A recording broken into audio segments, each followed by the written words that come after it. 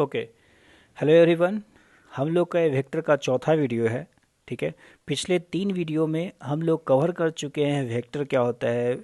उसके बाद हम लोग एडिशन और सब्ट्रैक्शन ऑफ वेक्टर देख चुके हैं। ठीक है, तो ये हम लोग का है नेक्स्ट वीडियो। इसमें हम लोग कवर करने वाले हैं रेजोल्यूशन ऑफ वेक्टर।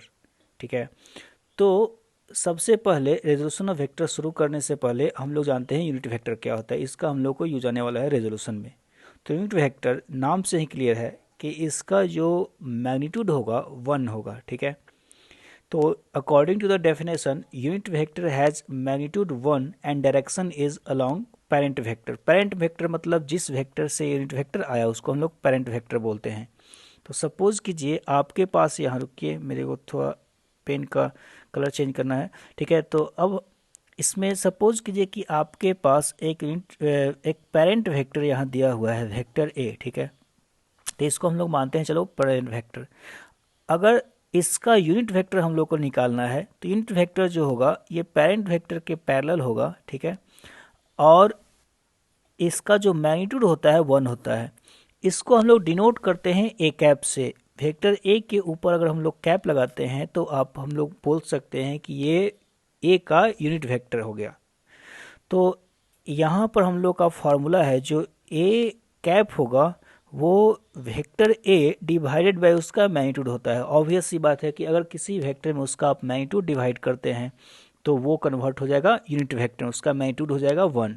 तो इसी तरीके से हम लोग लिख सकते हैं कि जो वेक्टर ए होगा वो होगा वेक्टर का मैग्नीट्यूड इंटू यूनिट वेक्टर। ये जो सेकेंड वाला टर्म है वो आपको डायरेक्शन दे देगा और जो फर्स्ट वाला टर्म है वो उसका वेक्टर का लेंथ दे देगा। तो बेसिकली वेक्टर ए को हम लोग लिख सकते हैं कि उसका मैग्नीट्यूड इंटू उसका डायरेक्शन। डायरेक्शन जो होगा ए कैप से आएगा।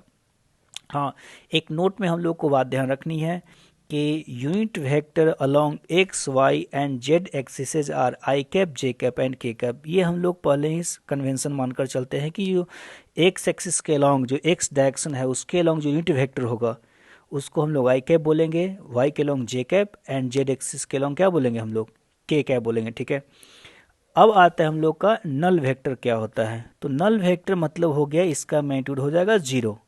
ठीक है, तो इसका मैग्नीट्यूड 0 होगा तो डेफिनेशन लिखा हुआ है कि इट है 0 मैग्नीट्यूड एंड नो डायरेक्शन। सही बात है, अगर इसका मैग्नीट्यूड 0 होगा तो हम लोग बोल सकते हैं कि एक पॉइंट वेक्टर हो गया। ठीक है, अब इसका कोई लेंथ तो है नहीं, लेंथ तो 0 है, तो ये एक पॉइंट हो गया। अब ये अगर एक पॉइंट में कन्वर्ट हो चुका है तो इसका कोई डायरेक्शन नहीं होगा। पॉइंट का कोई डायरेक्शन नहीं होता, ये लाइन की तरह नहीं होगा। ठीक है, तो इसी कारण से हम लोग बोलते हैं कि यूनिट नल वेक्टर का जो डायरेक्शन है वो डिफाइन नहीं होता है।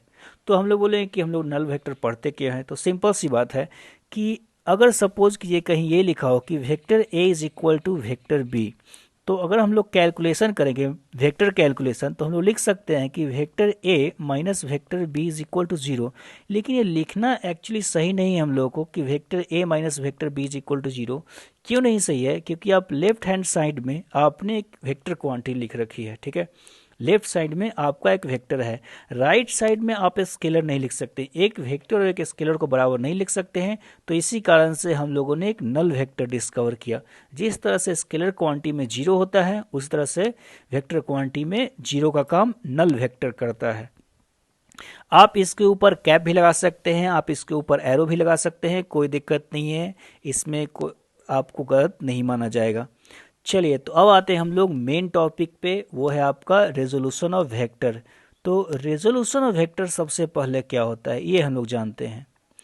तो ऐसा आप सोच सकते हैं कि जो रेजोल्यूशन है वो एडिशन का जस्ट उल्टा है। एडिशन में हम लोग दो वेक्टर को ऐड किया करते थे, a plus B is equal to कोई नया वेक्टर r लगाया करते थे, या बोलिए 3 वेक्टर को भी ऐड कर सकते हैं, 4 वेक्टर को ऐड कर सकते हैं। लेकिन रेजोल्यूशन ऑफ वेक्टर में हम लोग एक वेक्टर को ब्रेक करेंगे। वो एक वेक्टर को ब्रेक कर सकते हैं आप a1 vector plus a2 vector, आपका इच्छा हो आप a3 वेक्टर भी लिख सकते हैं। तो रेजोल्यूशन का कोई लिमिट नहीं है। तो बेसिकली जो रेजोल्यूशन हो गया वो हो गया आपका एडिशन का जस्ट उल्टा। एडिशन में दो वेक्टर को ऐड कर कर एक नया वेक्टर लाया जाता था। रेजोल्यूशन में एक वेक्टर को तोड़कर 2 या 2 से ज़्यादा वेक्टर में कन्वर्ट किया जाएगा। तो इसी कारण से जो आपका डेफिनेशन लिखा हुआ है, the process to break down one vector into 2 or more than 2 vector is called resolution. Basically it's reverse of vector addition. तो हम लोग बोल सकते हैं कि रेजोल्यूशन में सपोज कि आपको एक वेक्टर को रिजॉल्व करना है, वेक्टर ए हो गया, तो वेक्टर ए हम लोग बोल सकते हैं कि ये जो वेक्टर ए है वो this vector plus this vector plus this vector, ऐसा हम लोग इनफाइनाइट वेक्टर पुट कर सकते हैं। तो हम बोल सकते हैं कि वेक्टर ए जो समेशन होगा वो A1 vector plus A2 vector plus A3 vector plus A4 vector, आप चलते जाइए A5 वेक्टर, ठीक है, इस तरह से। तो हम लोग लिख सकते हैं कि vector A is equal to A1 vector plus A2 vector plus A3 vector plus A4 vector, कुछ ज़्यादा ही हो गया, प्लस A5 वेक्टर। तो वेक्टर A इन सारे वेक्टर्स का समेशन है। ओके, आप लोग पढ़ चुके हैं पॉलीगॉन लॉ पिछले वाले वीडियो में। तो ये बेसिकली जो समेशन है वो पॉलीगॉन लॉ को फॉलो कर रहा है। फर्स्ट के टेल से शुरू होकर लास्ट के हेड तक वेक्टर ये जा रहा है। तो आप बोल सकते हैं कि इन सारे वेक्टर्स को अगर ऐड किया जाए तो आपका रिजल्टेंट जो है वेक्टर ए के बराबर आएगा। लेकिन अब हम लोग का फिजिक्स में क्या है कि फिजिक्स में कुछ लिमिटेड बातें ही पढ़नी है। आपको जो पढ़ना है रेजोल्यूशन में वो पढ़ना है रेक्टेंगुलर रेजोल्यूशन।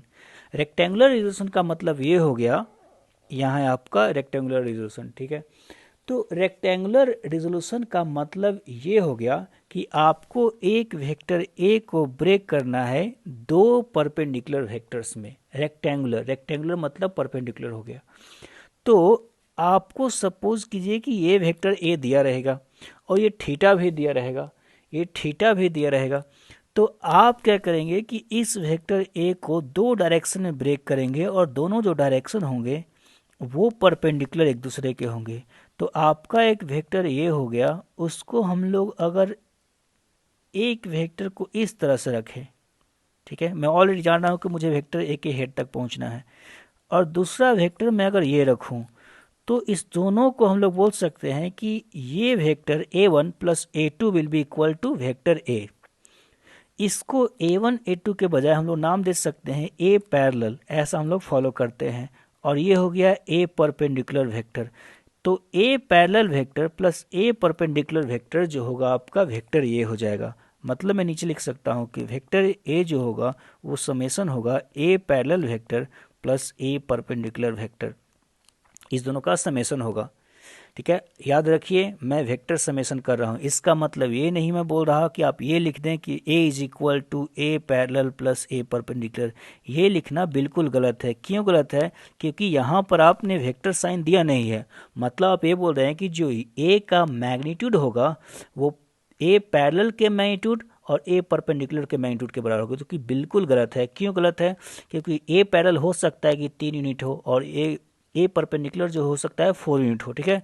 ए पैरेलल 3 यूनिट हो गया, ए परपेंडिकुलर आपका 4 यूनिट हो गया। अगर 3 + 4 आप करते हैं तो ये गारंटी है कि यहाँ पर जो ए होगा वो 3 + 4 7 नहीं होगा। और अगर आप जानते होंगे तो ये अगर 3 आप लेते हैं, इसको अगर 4 लेते हैं तो ये 5 आएगा, गारंटी इसी बात है, जाहिर सी बात है, ठीक है, बिल्कुल सही। अब हम लोग आते हैं, तो आखिर हम लोग ए पैरेलल और ए परपेंडिकुलर का मैग्नीट्यूड कैसे निकालेंगे। और आपको अगर सपोज कि ए पैरेलल और ए परपेंडिकुलर दिया हो तो ए को कैसे निकालेंगे, मतलब हम लोग को दोनों बातें करनी है। तो फाइनली हम लोग का ये हुआ कि ये लिखना गलत है और फाइनली हम लोग को इस पे ध्यान देना है कि फाइनली ये चीज़ लिखा हुआ सही है। चलिए तो हम लोग बात करते हैं कि ए पैरेलल कैसे निकालेंगे। तो ए पैरेलल को निकालने के लिए मैं आपको एक फार्मूला को याद दिलवाऊंगा जो कि हम लोगों ने ट्रिग्नोमेट्री में पढ़ रखा था। कि सपोज कीजिए कि एंगल थीटा हो और ये हाइपोटेनस हो, ठीक है, और ये बेस हो गया, ये परपेंडिकुलर हो गया। तो आप याद कीजिए कि मैं लिखा क्या करता था कि जो परपेंडिकुलर हो जाएगा वो एच साइन थीटा होगा। अब बोलिए कि आया कैसे, चलिए मैं थोड़ा और डिटेल में चला जाता हूँ, हो सकता है भूल गए हूँ। तो मैं क्या बोल रहा हूँ कि सपोज कीजिए कि आपको साइन थीटा की वैल्यू यहाँ लिखनी है, तो साइन थीटा आप लिख सकते हैं P/H। तो इसी कारण से जो परपेंडिकुलर हो जाएगा वो हो जाएगा H साइन थीटा, और इस तरह से आप बेस जो बोलेंगे वो हो जाएगा H कॉस थीटा, ठीक है। तो इसी कारण से हम लोग लिख सकते हैं इसलिए हम लोग ऐसा लिख सकते हैं परपेंडिकुलर और बेस कितना होगा, ठीक है। शायद मैं थोड़ा जल्दी जल्दी पढ़ा रहा हूँ, थोड़ा धीमा कर दूंगा। चलिए तो परपेंडिकुलर बेस, तो यही तरीका मैं यहाँ यूज करने वाला हूँ, इसको थोड़ा आप लोग ब्रैकेट में डाल लें। तो यही तरीका मैं यहाँ यूज करने वाला हूँ कि अगर आपको निकालना हो ए पैरेलल, ठीक है, तो ए पैरेलल निकालना हो तो ए पैरेलल का जो लेंथ हो जाएगा वो हो जाएगा ए कॉस थीटा। ए परपेंडिकुलर आपको निकालना हो तो हो जाएगा वो ए साइन थीटा। तो इस तरीके से अगर आपको दोनों अगर एंगल दिया हो और साथ ही साथ वेक्टर का मैग्नीट्यूड दिया हो तो आप ऐसे कंपोनेंट्स उसके निकाल सकते हैं, वेक्टर के कंपोनेंट्स निकाल सकते हैं। चलिए, तो एक तरीका हो गया। आपसे दूसरी बात क्या पूछेगा कि सपोज कीजिए कभी कभी आपको दोनों कंपोनेंट्स दे दे, ए पैरेलल और ए परपेंडिकुलर, ए पैरेलल और ए परपेंडिकुलर दे दे, ठीक है। तो अगर दोनों कंपोनेंट्स ए पैरेलल और ए परपेंडिकुलर दे दे तो आप बोल सकते हैं कि यहाँ पर जो ए हो जाएगा वो बिल्कुल फॉलो करेगा राइट एंगल ट्रायंगल, जो कि हो जाएगा ए parallel square plus A perpendicular का स्क्वायर, वो ए के बराबर हो जाएगा। तो इस तरह से अगर आप निकाल सकते हैं वेक्टर ए का मैग्नीट्यूड अगर दोनों कंपोनेंट्स दिया हो। सपोज कि आपको थीटा निकालना तो आप बोल सकते हैं यहाँ tan थीटा जो होगा वो परपेंडिकुलर ये हो गया और बेस ये हो गया आपका। तो tan थीटा बोल सकते हैं कि ए परपेंडिकुलर बाई ए पैरेलल। तो इस तरह से आप कैलकुलेट कर सकते हैं tan थीटा। तो ये जो दोनों फार्मूले हो गए वो तब हम लोग यूज किया करेंगे जब दोनों कंपोनेंट्स दिया हो, और ये फार्मूला तब हम लोग यूज करेंगे पहला वाला जब आपको वेक्टर ए दिया हो और थीटा दिया हो और कंपोनेंट्स पूछा जाए। तो ये दोनों बात आप बिल्कुल ध्यान रखेंगे, कोई दिक्कत नहीं। चलिए हम लोग अब आगे बढ़ते हैं। चलिए, अब हम लोग का एक क्वेश्चन है। क्वेश्चन ये है कि if one of the rectangular component of a vector of magnitude 8 unit is 4 then find the other component. मतलब ये दिया हुआ है कि सपोज कीजिए कि एक वेक्टर ए है, इसका मैग्नीट्यूड 8 है, उसका एक कंपोनेंट आपको दे दिया जाए किसी डायरेक्शन में। हम लोगों को ज़रूरत नहीं है कि थीटा क्या है, तभी ये नहीं, इसने वैल्यू नहीं दे रखी है। तो अगर एक कंपोनेंट आपको दे दिया जाए 4, तो दूसरा कंपोनेंट सपोज कीजिए कि ए पैरेलल कंपोनेंट आपको दे दिया जाए, तो आपसे पूछा गया कि ए परपेंडिकुलर कंपोनेंट कितना होगा, ए परपेंडिकुलर कंपोनेंट कितना होगा। तो ये आपसे पूछा जाए, आप ये भी मान सकते हैं कि ए परपेंडिकुलर दिया हुआ हो और आपसे पूछा जाए ए पैरेलल। तो यहाँ पर कोई दिक्कत नहीं है, आप कुछ भी कंपोनेंट मान सकते हैं, कौन सा दिया हुआ आपको दूसरा निकालना है। दोनों के लिए बात सेम है, इसलिए इसने मेंशन नहीं किया है कि आपका दिया गया वैल्यू ए पैरेलल है या दिया गया वैल्यू ए परपेंडिकुलर है। तो चलिए, मैं क्या करूँगा कि मैं ये फार्मूला यूज करने वाला हूँ कि ए जो होता है वो ए पैरेलल स्क्वायर होता है प्लस ए परपेंडिकुलर स्क्वायर होता है, ठीक है।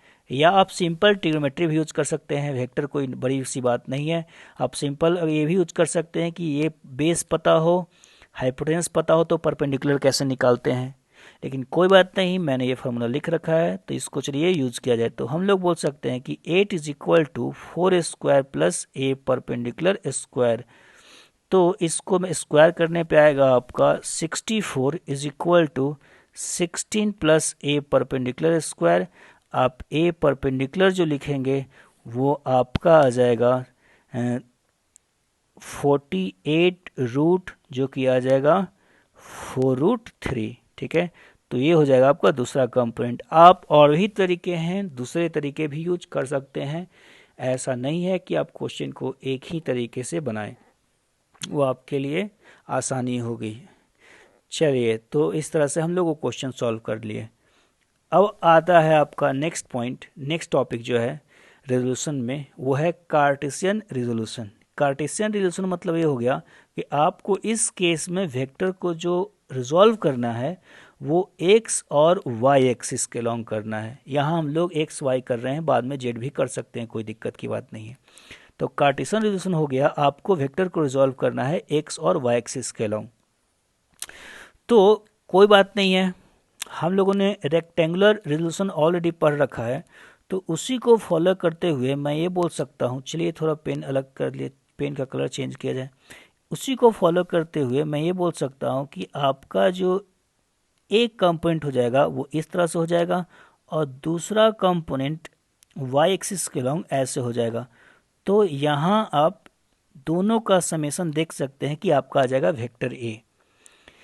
इसका नाम ए पैरेलल के बजाय एक्स दिया जाए वो ज़्यादा सही है, क्योंकि ये एक्स जो है वेक्टर वो एक्स एक्सिस के अलोंग है।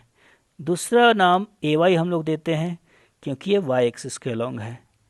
ठीक है, चलिए तो अब हम लोग को यहाँ एम है निकालना एक्स और ए वाई। मैं बिल्कुल लास्ट तरीका ही फॉलो करूँगा कि वेक्टर ए जो हो जाएगा वो हो जाएगा x vector plus A Y vector. याद रखिए वेक्टर साइन देना बहुत ज़रूरी है यहाँ। तो वेक्टर ए जो हो जाएगा वो x vector plus A Y vector हो जाएगा। ओके, चलिए अब हम लोग का एम है निकालना कि आखिर एक्स वेक्टर कितना होगा और फिर ए वाई वेक्टर कितना होगा। हम लोगों ने आधी प्रैक्टिस कर रखी है तो हम लोग को यहाँ आसानी होगा। तो चलिए मैं डायरेक्ट लिख रहा हूँ कि जो एक्स का मैग्नीट्यूड हो जाएगा वो ए कॉस थीटा, जो कि हम लोगों ने पढ़ रखा है ऑलरेडी। ए वाई का जो मैग्नीट्यूड हो जाएगा वो हो जाएगा ए साइन थीटा, वो भी हम लोगों ने पढ़ रखा है। तो ये तो आपका हो गया एक्स का मैग्नीट्यूड और ए वाई का मैग्नीट्यूड। लेकिन चलिए अगर आपको बोला जाए कि आखिर एक्स वेक्टर होगा कितना, क्योंकि यहाँ पर तो आपको भरना है x vector plus A Y vector, आप तो मैग्नीट्यूड सीधा लिख नहीं सकते हैं। आपको यहाँ चाहिए क्या, एक्स वेक्टर कितना होगा और ए वाई वेक्टर कितना हो, और यहाँ हम लोगों ने अभी बस कैलकुलेट किया है दोनों का मैग्नीट्यूड कितना होगा।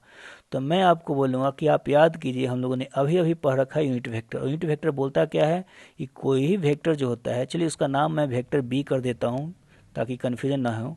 तो यूनिट वेक्टर बोलता है कि वेक्टर बी जो होगा वो इक्वल टू होता है वेक्टर बी का मैग्नीट्यूड और वेक्टर बी का यूनिट वेक्टर बी कैप। ठीक है, हम लोगों ने ये फार्मूला पढ़ रखा है अभी यूनिट वेक्टर वाले पॉइंट्स में, शुरुआती वीडियो में।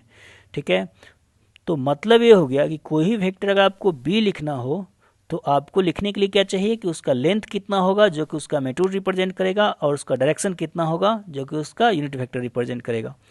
तो हम लोग को निकला है अगर एक्स वेक्टर, तो एक्स वेक्टर जो होगा एक्स वेक्टर का मैग्नीट्यूड जो कि है ए कॉस थीटा। ठीक है, और उसका डायरेक्शन, अब उसका जो डायरेक्शन होगा हम लोगों ने पढ़ रखा है कि जो यूनिट वेक्टर एक्स एक्सिस के लॉन्ग होता है वो आई कैप होता है। तो इसी कारण से मैं बोल सकता हूँ कि एक्स वेक्टर जो होगा ए कॉस थीटा इंटू आई कैप हो जाएगा। सिंपल सा बात है, ये रिप्रेजेंट करेगा लेंथ और ये रिप्रेजेंट करेगा डायरेक्शन। ठीक है, सिमिलरली हम लोग लिख सकते हैं कि जो ए वाई वेक्टर हो जाएगा वो हो जाएगा ए साइन थीटा, उसका मैग्नीट्यूड हो गया और जे कैप उसका डायरेक्शन हो गया।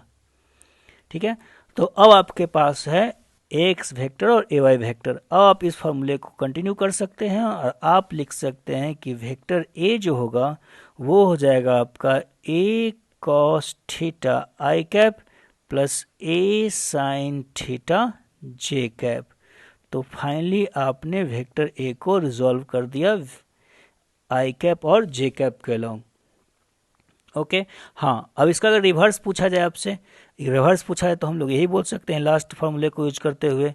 ये तो आपका रेजोल्यूशन हो गया, लेकिन कभी कभी क्या करें कि आपको दे दे एक्स कंपोनेंट और ए वाई कंपोनेंट, आपको निकालना है ए वेक्टर, तो कोई दिक्कत नहीं, मैं बिल्कुल लास्ट का फार्मूला यूज करूंगा। जो ए हो जाएगा वो होगा root over X square plus A Y square. बिल्कुल सीधा सा बात है, क्यों, क्योंकि ये हाइपोटेनस जो वेक्टर ए है वो हाइपोटेनस बना दिखा रहा है। वेक्टर ए जो है यहाँ वो हाइपोटेनस है इस ट्रायंगल का। ये आपका एक ट्रायंगल हो चुका है राइट एंगल, और ये हो गया आपका एक्स वेक्टर और ये हो गया ए वाई वेक्टर जो कि इसके बेस और परपेंडिकुलर हैं। तो आप पाइथागोरस यूज करके ये निकाल सकते हैं। और साथ ही साथ अगर आपको निकालना हो एंगल कितना होगा, तो एंगल निकालने के लिए कोई बड़ी बात नहीं है। ये अगर एंगल आप देख रहे हो तो इस राइट एंगल ट्रायंगल में ए वाई जो रिप्रेजेंट करेगा वो परपेंडिकुलर और एक्स जो रिप्रेजेंट करेगा वो बेस। ठीक है, तो tan थीटा हम लोग बोल सकते हैं एक्स एक्सिस जो थीटा होगा वो होगा ए वाई बाई एक्स। तो इस तरीके से आप निकाल सकते हो वेक्टर ए का मैग्नीट्यूड और वेक्टर ए का डायरेक्शन जो कि tan थीटा है। तो इन सारे फार्मूले को आपको ध्यान रखना है। फार्मूला नहीं याद हो तो आपको कॉन्सेप्ट समझना है, वो ज़्यादा दिन तक टिकेगा। अब आते हैं हम लोग कुछ क्वेश्चंस में। तो क्वेश्चंस आपको दिया हुआ है कि फर्स्ट से शुरू करते हैं हम लोग कि आपको दिया हुआ है कि ए वेक्टर है 5 यूनिट, एंगल जो दिया हुआ है थीटा 37 डिग्री। तो आपको resolve the vectors along X and Y axis, आपको आई कैप जे कैप के फॉर्म में इसको रिजॉल्व करना है। तो हम लोग पिछले फार्मूले को यूज करते हुए लिख सकते हैं कि वेक्टर ए जो होगा वो होगा x I cap plus A Y J cap. Simple सा बात, ठीक है। आप चाह सकते हैं इसको एक बार और लिख सकते हैं, ए कॉस थीटा आई कैप प्लस ए साइन थीटा जे कैप। चलिए हम लोग वैल्यू पुट करते हैं फटाफट। तो देगा 5 कॉस 37 आई कैप प्लस 5 साइन 37 जे कैप। तो आप वेक्टर ए को लिख सकते हैं कॉस 37 जो आ जाता है आपका वो होता है 5 इंटू 4/5 आई कैप प्लस 5 इंटू 3/5 जे कैप, जो कि अब आ जाएगा कुछ ज़्यादा ही हो गया ये, A is equal to 4 I cap plus 3 J cap. अब चलिए इसका मतलब थोड़ा अगर जानना हो तो मतलब समझ लेते हैं कि आखिर इसका मतलब हुआ क्या। तो इसका मतलब सिंपल कोऑर्डिनेट एक्सिस है। वेक्टर कुछ बड़ी सी बात नहीं है, कोऑर्डिनेट एक्सिस है। कोऑर्डिनेट एक्सिस कहने का मतलब ये हो गया कि आप वेक्टर ए का जो 5 यूनिट लेंथ है वो जो कि 37 डिग्री बना रहा है, तो बेसिकली आप बोल रहे हैं कि अगर आपको ऑरिजिन से इस पॉइंट पे जाना हो, फाइनल पॉइंट पे, तो आप बोल सकते हैं वहाँ जाने के लिए हम लोग को एक्स एक्सिस में 4 यूनिट चलना होगा, क्योंकि आपका 4 आई कैप। तो एक्स एक्सिस में आपको 4 यूनिट चलना होगा, ठीक है। और वाई एक्सिस में जो है वो 3 यूनिट चलना होगा। तो आप पहुंच जाओगे फाइनल पॉइंट इसके ए के हेड पे। तो याद रखिए कोई वेक्टर कोई बड़ी सी बात नहीं है। यहाँ पर बस डिफरेंस ये है कि x और y को रिप्रेजेंट, कोऑर्डिनेट को रिप्रेजेंट करने के बजाय हम लोग कोऑर्डिनेट को आई कैप जे कैप से मल्टीप्लाई करते हैं। अगर आपको इसको कोऑर्डिनेट में कन्वर्ट करना तो कोई बड़ी बात नहीं है। आप बोल सकते हो कि वेक्टर ए जो जिस पॉइंट को रिप्रेजेंट कर रहा है, वेक्टर ए जिस पॉइंट को रिप्रेजेंट कर रहा है उसका कोऑर्डिनेट है, x कोऑर्डिनेट है 4 और y कोऑर्डिनेट है 3। That's all about vector. मतलब हम लोग रिजोल्यूशन का मतलब यही बोलते हैं कि आखिर इस वेक्टर में x का कितना पार्ट है और y का कितना पार्ट है। चलिए हम लोग का अब सॉल्व करना है क्वेश्चन नंबर 2। तो क्वेश्चन नंबर 2 देख सकते हैं कि सेकेंड क्वाड्रेंट का वेक्टर हो गया और एंगल जो दिया हुआ है वो निगेटिव एक्स से दिया हुआ है। तो हम लोग थोड़ा फंडामेंटल्स को यूज करेंगे, ठीक है। कोई ज़्यादा रॉकेट साइंस नहीं है, बिल्कुल आसान सा चीज़ है। ये आपका हो जाएगा एक्स वेक्टर और ये हो जाएगा आपका ए वाई वेक्टर। तो मैं अगर लिखना चाहूँ तो ये लिख सकता हूँ कि जो ए वेक्टर होगा वो हो जाएगा फिर से वही बात, x I cap plus A Y क्या हो जाएगा जे कैप। अब एक्स आई कैप लिखना हो तो मैं लिख सकता हूँ कि 6 cos 30, राइट। लेकिन एक बात ध्यान रखिए यहाँ पर कि यहाँ पर जो एक्स कंपोनेंट है वो नेगेटिव है। तो आप दो तरीक़ों से नेगेटिव सोच सकते हैं। या तो आप क्या कर दिए कि यूनिट वेक्टर जो है आपका नेगेटिव एक्स एक्सिस के लॉन्ग लिखना होगा, तो आप माइनस आई कैप आपको लिखना होगा। यहाँ हटाकर मैं आई कैप भले ही लिख दिया हूँ क्योंकि उस टाइम मैं आगे मेरे को देखना था, लेकिन यहाँ पर आप क्या कर सकते हैं कि या तो आप यूनिट वेक्टर जो कि नेगेटिव एक्स एक्सिस में उसको माइनस आई कैप लिख सकते हो। क्यों माइनस आई कैप लिख सकते हो? क्योंकि इस डायरेक्शन में राइट साइड में यूनिट वेक्टर प्लस आई कैप होता है, तो लेफ्ट साइड में यूनिट वेक्टर क्या हो जाएगा माइनस आई कैप। तो आप यहाँ माइनस पुट कर सकते हो, या एक्स का मैग्नीट्यूड भी नेगेटिव लिख सकते हो जो कि -6 cos 30 हो जाएगा। तो दोनों तरीके से किसी तरीके से आपको ये बात ध्यान रखनी है कि ये जो एक्स कंपोनेंट होगा इसका वो होने वाला है नेगेटिव। तो चलिए उसको मानते हुए मैं क्या करता हूँ कि आई कैप में ही माइनस लगाता हूँ, ज़्यादा लॉजिकल है, क्योंकि यहाँ जो unit vector negative x axis के लॉन्ग वो आपका नेगेटिव है। प्लस मैं ये बोल सकता हूँ ये हो जाएगा 6 sin 30 जे कैप वाई कोऑर्डिनेट, वाई का जो वाई कंपोनेंट है यहाँ पर वो तो पॉजिटिव है ही, तो उसमें कोई बड़ी सी बात नहीं है। तो ये आपका हो जाएगा -6 cos 30 की वैल्यू होती है √3/2, तो इंटू √3/2 आई कैप प्लस 6 इंटू 1/2 जे कैप, जो कि वेक्टर ए को बोला जाएगा -3√3 आई कैप प्लस 3 जे कैप। तो ये आपका हो गया वेक्टर ए, सॉरी ये बी आप बोल सकते हो। यहाँ पर हम लोगों ने बी रखा है, लेकिन कोई बड़ी सी बात नहीं है, हम लोग ए बोलिए बात बराबर है। चलिए तो अब आते हैं हम लोग थर्ड क्वेश्चन पे। थर्ड क्वेश्चन है थोड़ा सा अलग है। वो जो एंगल दिया हुआ है थर्ड क्वेश्चन में वो वाई एक्सिस से दिया हुआ है, ठीक है। एंगल किससे दिया हुआ है? वाई एक्सिस से। तो आपके पास दो ऑप्शंस रखे हुए हैं, आप ट्राई कर सकते हो। आपके पास दो ऑप्शन रखे हुए, या तो आप एंगल एक्स एक्सिस से ले लो कि 60 डिग्री है, और एक्स एक्सिस एंगल लिखने के बाद आप पिछले वाला फार्मूला यूज कर सकते हो, या आप एंगल को वाई एक्सिस पे ही छोड़ सकते हो और इसको ही थीटा मानते हुए आप लिख सकते हो। एक हो जाएगा ए वाई कंपोनेंट, इस केस में जो थीटा जिस साइड से बन रहा है, जिस एक्सिस से बन रहा है, वो कंपोनेंट ए वाई हो जाएगा, और दूसरा कंपोनेंट आप ऐसे ला सकते हो एक्स कंपोनेंट। तो ये दोनों को मिलाकर आपको मिलेगा वेक्टर सी। सॉरी, हम लोग को लिखना पड़ेगा यहाँ सी एक्स और सी वाई, फिर से वही गलती। चलिए इसको थोड़ा हटा लिया जाए। तो मैं क्या बोल रहा कि ये आप लिख सकते हो सी एक्स कंपोनेंट, क्योंकि एक्स एक्सिस के पैरेलल है, यहाँ आपका एक्स एक्सिस हो गया उसके ऊपर, और इसको आप बोल सकते हो सी वाई कंपोनेंट, जो कि मैं थीटा ले रहा हूँ 30 डिग्री। 30 डिग्री हो गया, अब थीटा हो गया। तो अगर एंगल, मैंने ध्यान से सुनिएगा इस बात को, अगर मैंने एंगल वाई एक्सिस से ले रखी है तो जो वाई कंपोनेंट हो जाएगा वो हो जाएगा सी कॉस थीटा, वो हो जाएगा सी कॉस थीटा, ठीक है। क्योंकि इस 30 डिग्री के लिए, इस 30 डिग्री एंगल के लिए ये जो y कंपोनेंट काम करेगा वो बेस की तरह काम करेगा। एक बार मैं फिर से रिपीट करता हूँ, मैं क्या बोल रहा कि जो 30 डिग्री एंगल है, उस 30 डिग्री एंगल के लिए ये जो लेंथ हो गया इस ट्रायंगल का, वो बेस हो गया, और x कंपोनेंट क्या हो गया? परपेंडिकुलर। तो बेस निकालना हो तो वो कॉस थीटा से निकलेगा। वो किससे निकलेगा? कॉस थीटा से। परपेंडिकुलर निकालना हो तो निकलेगा साइन थीटा से। तो इसको आप लिख सकते हो सी साइन थीटा। तो इस केस में आपका जो फार्मूला है वो उल्टा हो जाएगा, और फार्मूला आप लिख सकते हो vector C is equal to, वो हो जाएगा सी एक्स। चलिए मैं यहीं पे माइनस आई कैप लेता हूँ, सी X minus I cap plus C Y minus J cap. ये ज़्यादा सही है, ठीक है। मैं पहले ही जान रहा हूँ कि दोनों जो कंपोनेंट होंगे वो नेगेटिव होंगे। तो सी एक्स माइनस आई कैप और सी वाई माइनस जे कैप, ठीक है। तो इस तरीके से मैं लिख सकता हूँ, जो सी एक्स हो जाएगा सी साइन थीटा।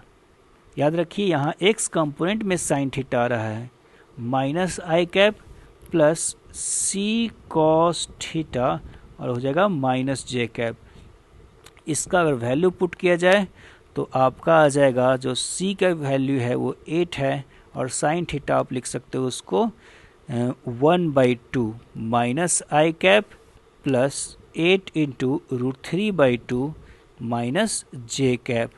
तो इस तरह से आपका हो जाएगा -4i cap minus 4i cap plus 4 minus 4√3 जे कैप। तो ये हो गया आपका वेक्टर सी, ठीक है।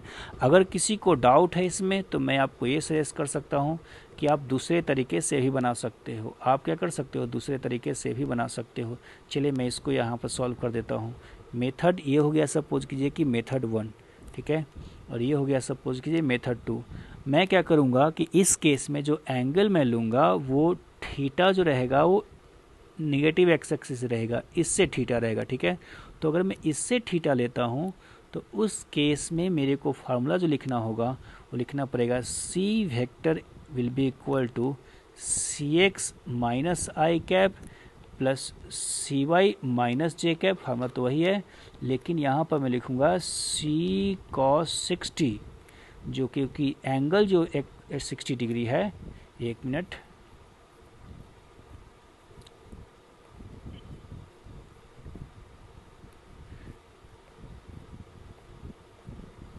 हाँ हम लोग यहाँ थे, ठीक है। तो मैं क्या बोल रहा कि जो एंगल 60 डिग्री है वो एंगल किससे दिया गया है? एक्स एक्सिस से। तो एक्स एक्सिस, तो एक्स कंपोनेंट यहाँ हो जाएगा cos 60। एक्स कंपोनेंट कैसे निकालेंगे? cos थीटा को मल्टीप्लाई कर कर। तो c cos 60 minus I cap plus c sine 60 minus J cap. तो जो ओवरऑल वैल्यू हो जाएगा वो हो जाएगा आपका 8 इंटू cos 60 का जो वैल्यू हो जाएगा वो 1/2 आई कैप माइनस 8 × √3/2 जे कैप, ठीक है। तो हो जाएगा -4i कैप माइनस 4√3 जे कैप, ठीक है। ये आपका हो गया वेक्टर सी। तो फाइनली आप ये बात को ध्यान रखें कि जिस साइड से एंगल दिया हो, जिस एक्सिस से एंगल दिया हो, अगर एंगल एक्स एक्सिस से हो, यहाँ एक्स एक्सिस से हो थर्ड वाले क्वेश्चन में, तो एक्स कंपोनेंट को कॉस थीटा लिखेंगे, वाई कंपोनेंट को साइन थीटा। वही अगर एंगल वाई एक्सिस से दिया हो तो उस केस में एक्स कंपोनेंट हो जाएगा साइन थीटा और वाई कंपोनेंट हो जाएगा कॉस थीटा। जिस एक्सिस से एंगल दिया हो उस एक्सिस के लॉन्ग कंपोनेंट कॉस थीटा से आता है, कॉस थीटा को मल्टीप्लाई करने से आता है, कोई दिक्कत नहीं। चलिए अब हम लोग आता है नेक्स्ट क्वेश्चन। इसको आप खुद से सॉल्व कर सकते हैं, इसको थोड़ा मैं एक्सटेंड करता हूँ। याद रखिए कि अगर वेक्टर का हेड यहाँ हो तो वेक्टर एक्चुअली ये वेक्टर फोर्थ कोऑर्डिनेट में नहीं है, इस वेक्टर को आपको आगे बढ़ाना होगा, तभी आपको इसका पूरा डायरेक्शन पता चलेगा। तो इस वेक्टर को मैं क्या करूँगा, मैं थोड़ा आगे बढ़ाऊँगा। आगे बढ़ाने के बाद ये अगर 53 डिग्री हो जाएगा तो ये भी हो जाएगा आपका एंगल 53 डिग्री, ठीक है। और जो वेक्टर डी का मैग्नीट्यूड है वो आपका है 10 यूनिट। तो अब आप इसको सॉल्व कर सकते हो बिल्कुल क्वेश्चन नंबर 2 की तरह, बस प्रोवाइडेड यहाँ जो एंगल दिया हुआ है वो वाई एक्सिस से दिया हुआ है। तो या तो आप एक्स एक्सिस से ले लो 37 डिग्री कर, ठीक है, या आप वाई एक्सिस से भी लेकर बना सकते हो जैसा कि मैंने लास्ट केस में किया है। तो आप इस क्वेश्चन को आप सॉल्व कर सकते हो। चलिए अब आपका आता है नेक्स्ट क्वेश्चन, फटाफट करते हैं। इस क्वेश्चन में क्या बोल रहा है, इस क्वेश्चन में क्या बोल रहा है कि आपको निकालना है यूनिट वेक्टर। तो फर्स्ट वाले का अगर यूनिट वेक्टर निकालना हो तो चलिए इसको हम लोग वेक्टर ए मान लेते हैं। तो वेक्टर ए जो है वो हो गया है आपका 3i cap plus 4j cap. तो याद कीजिए कि हम लोग यूनिट वेक्टर निकालते कैसे हैं। यूनिट वेक्टर बोलते हैं वेक्टर डिवाइडेड बाय उस वेक्टर का मैग्नीट्यूड। तो वेक्टर तो आपका हो गया है 3i cap plus 4j cap, vector आपका हो गया है 3i cap plus 4j cap. अब इसका मैग्नीट्यूड कैसे निकालेंगे, तो मैग्नीट्यूड निकालने के लिए हम लोगों ने यहाँ एक फार्मूला रख रखा है। फार्मूला कहाँ गया, हाँ यहाँ गया।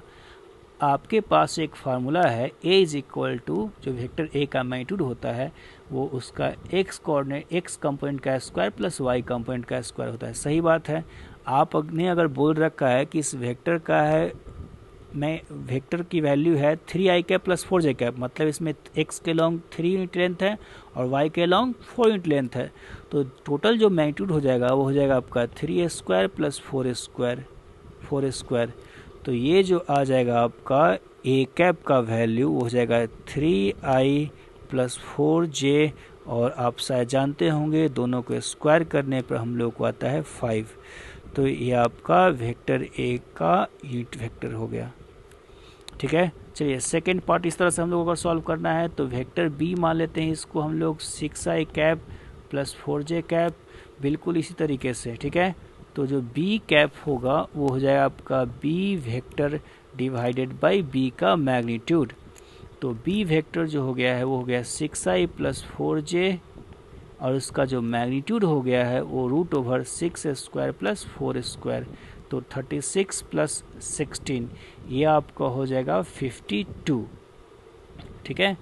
तो आपका लिख सकते हैं इसको 6i, इसको आप लिख सकते हैं 6i plus 4j divided by कितना, वो हो जाएगा आपका 52। चलिए तो फटाफट ये पार्ट भी ख़त्म हो गया, कोई दिक्कत नहीं, आप रेस्ट वीडियो ख़त्म होने के बाद ले सकते हैं। चलिए फटाफट हम लोग इसको देखते हैं। चलिए तो बोला क्या गया है कि ए जो है ए कैप जो है इतना है, तो फाइन अल्फा। ए कैप का मतलब ही है कि यूनिट वेक्टर है, अगर नहीं बोलता है और ए कैप देता है मतलब ये यूनिट वेक्टर है, बोल भी दिया तो कोई दिक्कत की बात नहीं है और आसान है।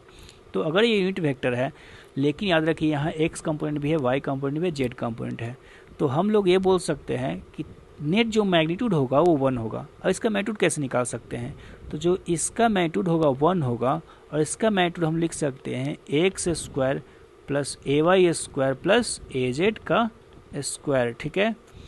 तो az का स्क्वायर, या इसको आप बोल सकते हो कि 1 जो हो जाएगा वो हो जाएगा root over alpha square plus 0.5 का स्क्वायर प्लस 0.6 का स्क्वायर, ठीक है।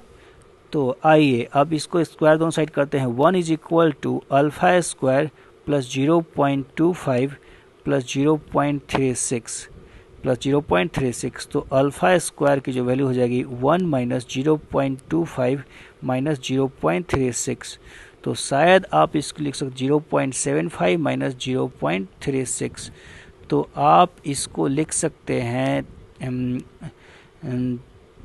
0.39। तो यहाँ से अल्फ़ा की वैल्यू निकल जाएगी √0.39। ठीक है, तो ये होगा आपका अल्फ़ा का वैल्यू। ओके, चलिए आते हैं अब हम लोग नेक्स्ट क्वेश्चन पे। थोड़ा ज़्यादा हो गया, कोई बात नहीं, हम लोग रिजोल्यूशन इसमें ख़त्म करने वाले हैं। ठीक है, तो अब हम लोग आते हैं, मैंने आपको बोल रखा था कि वेक्टर को ऐड या सब्ट्रैक्ट हम लोग रिजोल्यूशन से भी कर सकते हैं। अब रिजोल्यूशन से कैसे कर सकते हैं, तो आपको दो वेक्टर दिया गया है, वेक्टर ए हो गया आपका, फिर हो गया आपका वेक्टर बी। तो अगर आपको एडिशन निकालना जो कि ए प्लस बी है, तो इसमें बिल्कुल आसान है। करना क्या है कि आप वेक्टर ए और बी को आई कैप जे कैप में लिख लो, x I cap plus A Y J cap, plus आप कर लो बी एक्स आई कैप प्लस बी वाई जे कैप। ठीक है, और ऐड करना हो तो आई को आई के साथ ऐड करो और जे को जे के साथ करो, सिंपल सी बात है। एक्स को एक्स कोऑर्डिनेट के साथ ऐड करो और वाई कोऑर्डिनेट को वाई कोऑर्डिनेट के साथ ऐड करो, तो आपको इस तरह से निकल जाएगा रिजल्टेंट। इस तरह से अगर सब्ट्रैक्शन जो कि यहाँ लिख रखा था, अगर आपको सब्ट्रैक्शन निकालना हो तो यहाँ पर माइनस साइन, यहाँ पर माइनस साइन, तो बिल्कुल ही आसान सा मेथड है। एक्स एक्स के साथ होगा और वाई वाई के साथ होगा। तो मैंने आपको दो क्वेश्चन दे रखे हैं, तो फर्स्ट क्वेश्चन सपोज कीजिए कि आपको सॉल्व करना है, तो मैं सबसे पहले क्या करूँगा कि ए और बी को रिजॉल्व कर लूँगा। रिजॉल्व करना बिल्कुल आसान है, आपको ए को तो रिजॉल्व करने की कोई ज़रूरत ही नहीं है, ए तो खुद ऑलरेडी एक्स एक्सिस के लॉन्ग है। तो ए अगर एक्स एक्सिस के लॉन्ग है तो ए हम लोग लिख सकते हैं सिंपली 4i कैप, क्योंकि y में कोई इसका कंपोनेंट या y के लॉन्ग कोई भी इसका वैल्यू नहीं है, बस एक्स एक्सिस के लॉन्ग वैल्यू है। और b को हम लोग लिख सकते हैं, b जो हो जाए आपका वो लिख सकते हैं हम लोग 5 cos 37 i cap plus 5 sin 37 j cap. इसको हम लोगों ने ऑलरेडी कर रखा है। ये 5 cos 37 जो हो जाएगा 4/5, तो 5 into 4/5 i cap plus 5 into 3/5 j cap. ठीक है, तो आप वेक्टर b को लिख सकते हो जो हो जाएगा 4i cap plus 3j cap. तो अगर आपको रिजल्टेंट निकालना हो r is equal to vector a plus vector b, तो आप सिंपली i को i के साथ ऐड कर दो, जो कि हो जाएगा 8i कैप। आप i को i के साथ ऐड करोगे और j को, जो कि फर्स्ट वाले में है नहीं, तो इसको हम लोग 3j कैप बोल सकते हैं। तो होगा आपका वेक्टर रिजल्टेंट। अगर आपको पूछे इसकी मैग्नीट्यूड कितना है, तो कोई बात नहीं, जो r का मैग्नीट्यूड हम लोग निकाल जानते हैं वो होता है x कंपोनेंट का स्क्वायर प्लस y कंपोनेंट का स्क्वायर, मतलब x कंपोनेंट है 8 स्क्वायर प्लस 3 स्क्वायर। आप इसका कैलकुलेशन कर सकते हो। ठीक है, अगर आप बोल रहे कि एक ये एंगल कितना बनाएगा रिजल्टेंट, तो tan थीटा जो होता है वो होता है, एक्चुअली इसको नाम देते हैं आर वाई, तो R Y by R X, तो आर वाई जो हो जाएगा 3/8। तो यहाँ से आप थीटा लिख सकते हो tan इनवर्स 3/8। ठीक है, तो ये आपका निकल गया क्या, थीटा की वैल्यू। तो इस तरह से हम लोग वेक्टर को ऐड कर सकते हैं। आप वेक्टर इसको भी ट्राई कर सकते हो, क्वेश्चन नंबर सेकंड को, बिल्कुल ही आसान है। मैंने एंगल 37 और 45 दे रखा है, तो आप इस दोनों वेक्टर को कंपोनेंट्स में तोड़ दो और दोनों का रिजल्टेंट निकाल दो। तो इस यहाँ जो अगर आपको आंसर चाहिए, तो जो आंसर हो जाएगा मैं डायरेक्ट लिख देता हूँ, जो आंसर हो जाएगा वो 4 + 3 7i कैप, और जे कैप में जो हो जाएगा वो हो जाएगा y कंपोनेंट हो जाएगा आपका 3 + 3, तो हो जाएगा 6j कैप। तो ये आपका रिजल्टेंट हो जाएगा। ठीक है, बिल्कुल फटाफट आप कर सकते हो, आप अभी आराम से करो, कोई दिक्कत की बात नहीं है, टाइम के साथ सीख जाओगे। चलिए अब हम लोग इसका नेक्स्ट क्वेश्चन करते हैं। क्वेश्चन है कि if a person initially moves 3 kilometre east then he moves 2 kilometre north east, then find the net displacement of person, also find the position with respect to starting point. Basically आपको add करना है, ठीक है। तो अगर आपको add करना हो तो चलिए हम लोग नॉर्थ ईस्ट साउथ वेस्ट दिखा देते हैं पहले। तो ये आपका हो गया नॉर्थ, ये हो गया आपका ईस्ट, ये हो गया आपका वेस्ट, ये हो गया आपका साउथ, ठीक है। तो बोला क्या गया है कि if a person initially moves 3 kilometre east, तो 3 किलोमीटर अगर हम लोग ईस्ट की तरफ मूव करें, 1 मिनट, तो अगर हम लोग इसको 3 किलोमीटर ईस्ट की तरफ मूव करें तो हम लोग दिखा सकते हैं वेक्टर ए इस डायरेक्शन में। ये हो गया आपका वेक्टर ए जो कि है 3 kilometre. Then he moves 2 kilometre north east. North east मतलब मैंने बता रखा है ऑलरेडी कि नॉर्थ और ईस्ट के बीच में आएगा, एंगल इसमें नहीं दे रखा है। तो वेक्टर बी जो हो जाएगा कुछ इस तरह से हो जाएगा, और वो हो जाएगा आपका 2 किलोमीटर। नॉर्थ ईस्ट मतलब हो गया एंगल 45 डिग्री। यहाँ एंगल कितना हो गया 45 डिग्री। तो आपको पूछ रहा है कि इसका फाइनल पोजीशन कितना होगा। तो अगर रिजल्टेंट हम लोग को दिखाना हो तो हम रिजल्टेंट यहाँ से यहाँ दिखा सकते हैं। ये हो गया रिजल्टेंट, ठीक है। तो इसका रिजल्टेंट निकालना हो, आपको निकालना हो इसका एंगल थीटा, ठीक है, या अल्फ़ा बोला करते थे हम लोग वेक्टर एडिशन टाइम, तो इसको अल्फ़ा भी आप बोल सकते हो। तो इसका हम लोग को निकालना हो मैग्नीट्यूड और इसका निकालना हम लोग को डायरेक्शन अल्फ़ा। तो एक तरीका तो हो गया जो हम लोगों ने पहले पढ़ रखा है, जो कि होता है रूट ओवर, आप यूज़ कर सकते हो। रिजल्टेंट जो हो जाएगा रूट ओवर ए स्क्वायर जो कि आप जानते हो, बी स्क्वायर जो कि आप वो ही जानते हो, प्लस 2ab कॉस जो कि दोनों के बीच का एंगल है 45 डिग्री। आप डायग्राम से देख सकते हो दोनों के वेक्टर के बीच का एंगल 45 डिग्री, ठीक है। तो एक तरीका तो ये हो गया। दूसरा तरीका मैं इसको यूज़ नहीं करने वाला हूँ, मैं मेथड 2 को यूज़ करने वाला हूँ। और मेथड 2 में ये होता है कि आप दोनों वेक्टर को रिजॉल्व कर दो। तो सबसे पहले मैं वेक्टर ए को लिखूंगा। वेक्टर ए जो हो जाएगा वो हो जाएगा आपका 3i कैप, सीधा सीधा, इसको रिजॉल्व करने की जरूरत नहीं है। वेक्टर बी जो हो जाएगा वो हो जाएगा आपका, देखिए ये एंगल है 45 डिग्री, ठीक है, और मैग्नीट्यूड है 2√2। तो अगर मैं इसको रिजॉल्व करने की कोशिश करूं, चलिए थोड़ा पेन चेंज कर लिया जाए। इसको अगर मैं रिजॉल्व करने की कोशिश करूं तो मैं बोल सकता हूं कि इसका जो x कंपोनेंट होगा वो इतना होगा और y कंपोनेंट कुछ ऐसे आएगा, y कंपोनेंट कुछ ऐसे आएगा। तो यह आपका हो जाएगा bx और ये वाला कंपोनेंट हो जाएगा by। आप इस वेक्टर को शिफ्ट कर कर यहाँ से यहाँ भी ले जा सकते हो, कोई दिक्कत की बात नहीं है, ठीक है। तो अगर आप इसको ब्रेक करते हो तो आप लिखोगे क्या, इसको आप लिखोगे b cos 45 i cap x axis है 45 plus b sin 45 j cap. तो ये जो हो जाएगा वो आपका हो जाएगा 2√2 cos 45 की वैल्यू आप जानते हो 1/√2 i कैप, प्लस फिर से हो जाएगा ये 2√2 और फिर से हो जाएगा 1/√2 क्या j कैप। ये आपका हो जाएगा वेक्टर बी। और इसको आप लिख सकते हो वेक्टर बी को यह का जाएगा 2i cap plus 2j cap. तो आपके पास तैयार है वेक्टर ए, आपके पास तैयार है वेक्टर बी, आपको निकालना है रिजल्टेंट। तो रिजल्टेंट जो होगा आपका vector A plus vector B हो जाएगा, जिसको आप बोल सकते हो 3i cap plus 2i cap plus 2j cap. इसको आप ऐड कर दोगे तो आ जाएगा 5i cap plus 2j cap. और तो ये होगा रिजल्टेंट। आपको मैग्नीट्यूड चाहिए रिजल्टेंट का, कोई बात नहीं, आप लिखोगे क्या 5 स्क्वायर प्लस 2 स्क्वायर 25 प्लस 4 29, ठीक है। आपको चाहिए अल्फ़ा कितना होगा वो भी कोई बात नहीं, tan अल्फ़ा बोलते हो, वो आप बोल सकते हो कि y component by x component. इस रिजल्टेंट का जो है, ये जो रिजल्टेंट आपके पास है उसका अगर आप देखोगे y कंपोनेंट जो हो जाएगा इतना हो जाएगा परपेंडिकुलर वाला, ठीक है, और x कंपोनेंट, चलिए इसको एक आपको दिखा दिया जाए अच्छे से थोड़ा। इसको हम लोग का क्या करते हैं कि आपको दिखाना हो इस रिजल्टेंट का x और y कंपोनेंट आपको पता है। तो x और y कंपोनेंट का मतलब क्या होगा कि ये आपका हो गया x कंपोनेंट, ठीक है, और यहाँ से यहाँ आपका हो गया y कंपोनेंट इस रिजल्टेंट का। तो अगर आपको टेन अल्फा निकालना हो तो बोलोगे क्या, R Y by R X, जो कि हो जाएगा कितना, आर वाई हो गया आपका रिजल्टेंट का वाई कंपोनेंट 2 है और रिजल्टेंट का एक्स कंपोनेंट 5 है। तो आपसे निकलेगा टेन अल्फा। इसको आप लिख सकते हो कि alpha will be equal to tan का इन्वर्स 2/5। तो ये आपका हो गया सेकेंड क्वेश्चन, एक एप्लीकेशन बेस्ड पे।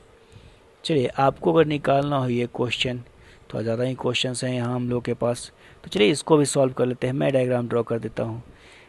ये दिया हुआ है कि a person initially moves 3 kilometre west, then he turns 37 degree right. ठीक है, तो चलिए इसका हम लोग ड्रॉ करते हैं।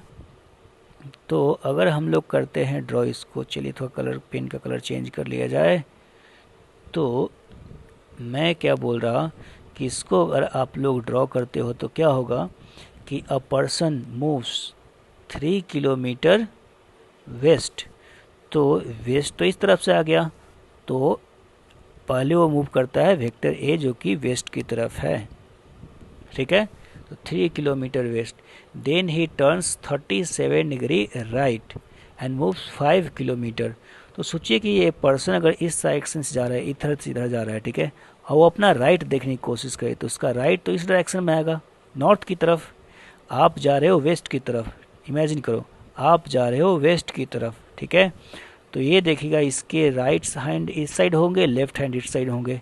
तो अपने को राइट हैंड की तरफ मूव करेगा तो इस तरफ मूव करेगा। ठीक है, और यहाँ से इस डायरेक्शन से वो 37 डिग्री मूव करता है। तो जा तो इधर रहा था, जा तो वेस्ट की तरफ रहा था, वो 37 डिग्री का टर्न लेगा तो कुछ इधर जाएगा और वो फाइनली कुछ इस डायरेक्शन में जाएगा 5 किलोमीटर। तो हो गया आपका वेक्टर बी जो कि है 5 किलोमीटर्स। ठीक है, तो 5 किलोमीटर्स आपका है और ये एंगल आपको दिया हुआ है 37 डिग्री। तो रिजल्टेंट आप ड्रॉ कर सकते हो यहाँ से यहाँ के बीच। ठीक है, तो ये हो गया आपका रिजल्टेंट। तो कोई दिक्कत नहीं, हम रिजल्टेंट नहीं भी दिखा सकते हैं, हम लोग सीधा फार्मूला यूज करते हैं कि जो रिजल्टेंट हो जाएगा वो हो जाएगा आपका vector A plus vector B. जो वेक्टर ए है वो सिंपल सी बात है कि वेक्टर ए का जो वैल्यू है वो 3 है, लेकिन माइनस आई कैप है, वो निगेटिव एक्स एक्सिस की तरफ, वेस्ट की तरफ जा रहा है। ए किधर जा रहा है, निगेटिव एक्स एक्सिस की तरफ। अब हम लोग बात करते हैं वेक्टर बी की। तो वेक्टर बी में अगर देखा जाए तो एंगल तो दिया हुआ है 37 डिग्री। एंगल कितना दिया हुआ है, एंगल दिया हुआ है 37 डिग्री। तो इसका हम लोग बोल सकते हैं कि कुछ एक्स कंपोनेंट जो आएगा, इसका एक्स कंपोनेंट कुछ इस तरह से आएगा और वाई कंपोनेंट इस तरह से आएगा। बस इतना दिखाना है हम लोग को कि एक्स कंपोनेंट नेगेटिव होगा और वाई कंपोनेंट क्या होगा, पॉजिटिव होगा। एंगल जो दिया हुआ है, एक्स एक्सिस दिया हुआ है, तो एक्स कंपोनेंट निकालने के लिए हम लोग cos 37 यूज करेंगे और वाई कंपोनेंट निकालने के लिए हम लोग sin 37 डिग्री का यूज करेंगे। तो बी को लिख सकते हैं हम लोग 5 cos 37 minus I cap plus 5 sin 37 degree J cap. तो आपका हो जाएगा बी का वैल्यू, हम लोग काफ़ी बार इसको सॉल्व कर चुके हैं, तो ये हो जाएगा आपका -4 I cap plus 3 J cap. ठीक है, तो जो नेट रिजल्टेंट हो जाएगा ए का वैल्यू, वो आप रिजल्टेंट का वैल्यू, तो रिजल्टेंट आप लिख सकते हो ए प्लस बी, जो कि हो जाएगा -7 आई कैप प्लस 3 क्या हो जाएगा, जे कैप। तो ये आपका रिजल्टेंट हो गया। अगर आपको चाहिए इसका मैग्नीट्यूड तो कोई बात नहीं, आप इसका मैग्नीट्यूड निकाल सकते हो रिजल्टेंट का। r is equal to √7 square plus 3 square, तो 49 प्लस 9 √58। आपको निकालना होगा tan अल्फ़ा। तो tan अल्फ़ा जो कि एक्स एक्सिस से एंगल निकालना हो तो tan अल्फ़ा बोल सकते हो कितना हो जाएगा, R Y component by X component, R X component. तो इसको आप लिखोगे कितना, तो y कंपोनेंट हो गया 3x कंपोनेंट, आप बस मैग्नीट्यूड लो जो कि 7 हो जाएगा। तो इस तरह से आप tan अल्फ़ा भी ले सकते हो। ठीक है, तो आपको अगर पहले पूछा जाए कि find the net displacement and final position, तो आप इस आंसर को ऐसे भी लिख सकते हो। जो आंसर हो जाएगा आप ऐसे इसको लिख सकते हो आंसर को कि जो नेट डिस्प्लेसमेंट हो जाएगा पोजीशन का, 1 मिनट, चलिए थोड़ा जगह यहाँ से हम लोग को यहाँ आ जाए। तो जो नेट पोजीशन हो जाएगा, रिजल्टेंट को आप मैग्नीट्यूड के फॉर्म में लिख सकते हो √58 किलोमीटर, और जो डायरेक्शन लिख सकते हो tan इनवर्स 3/7, एंड ये जो एंगल है अल्फ़ा 3/7, tan इनवर्स 3/7, और जो एंगल अल्फ़ा है वो आपका वेस्ट से है, तो आप लिख सकते हो, आपने मूव किया है वेस्ट से नॉर्थ की तरफ, तो ये आप लिख सकते हो कि नॉर्थ ऑफ वेस्ट, आपने मूव किया है वेस्ट से नॉर्थ की तरफ। ध्यान रखिए मैंने ये पढ़ा रखा था फर्स्ट क्लास वेक्टर के फर्स्ट क्लास में, ठीक है। तो जो आपने जो एंगल मूव किया है वो मूव किया है वेस्ट से नॉर्थ की तरफ, तो आप इसको लिख सकते हो नॉर्थ ऑफ वेस्ट। तो ये फाइनल रिजल्टेंट आपको ऐसे भी पूछा जा सकता है, तो आप इसको ध्यान रखो लिखने के लिए, ठीक है। तो चलिए ये आपका प्रैक्टिस क्वेश्चन हो गया, शायद एक क्वेश्चन बचा हुआ है, ठीक है। तो आप इस क्वेश्चन को खुद से सॉल्व करो, आप इस क्वेश्चन को खुद से सॉल्व करो। और आज के लिए इतना ही। कोई बुक आप सॉल्व कर सकते हैं, आप सॉल्व कर सकते हैं एच.सी. वर्मा, आप उठा सकते हैं डी.सी. पांडे, कोई बुक आपके लिए अच्छा हो वो आप प्रीफर कर सकते हो, ठीक है। तो चलिए आज के लिए इतना ही, and bye bye, sorry, thank you.